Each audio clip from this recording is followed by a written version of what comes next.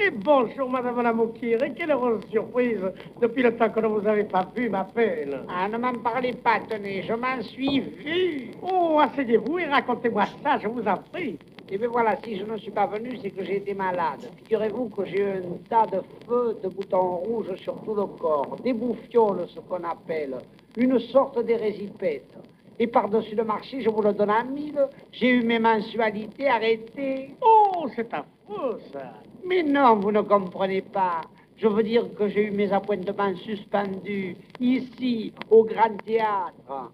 Heureusement qu'il y avait Adèle. Vous connaissez pas Adèle? Adèle, la grosse brune.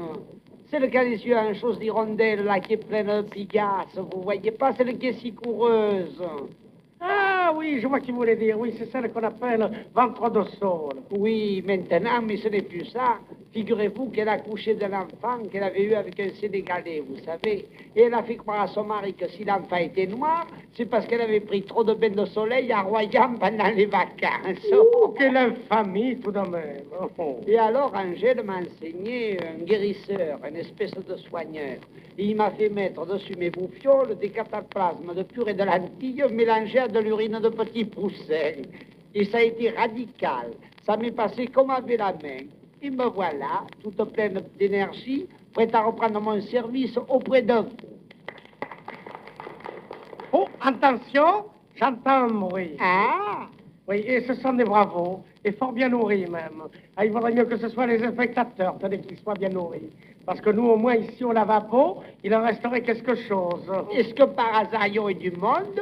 Ah, je le voudrais bien, mais ce n'est pas de sitôt qu'on les reverra, tenez, les salles de Cazenave. Ah, ce Cazenave, ne m'en parlez pas. Quelle voix il avait, cet homme. Il avait une voix à faire péter les vitres. Oh, pardon. Non, ne vous excusez pas, allez. Dans notre bouche, c'est un mot technique. Vous vous en souvenez, ce Cazenave, les soirs de gala, hein, avec des femmes qui arrivaient avec des robes en strass, qui laissaient voir les blagues à tabac. D'un côté, il y avait la noblesse des Chartrons, le Bouchon. De l'autre, le quartier de la Rousselle, les morues. Moi, je m'étais mis du côté des morues. Qu'est-ce que vous voulez? Vous n'auriez pas voulu tout de même que je me mette du côté du Bouchon. Ça aurait été une trahison. Ah, et dire qu'il y en a qui osent prétendre que le théâtre est foutu. C'est le cinéma sonore qui le concurencie, ma pauvre. Oui, eh bien, il n'y a qu'à sonoriser le théâtre.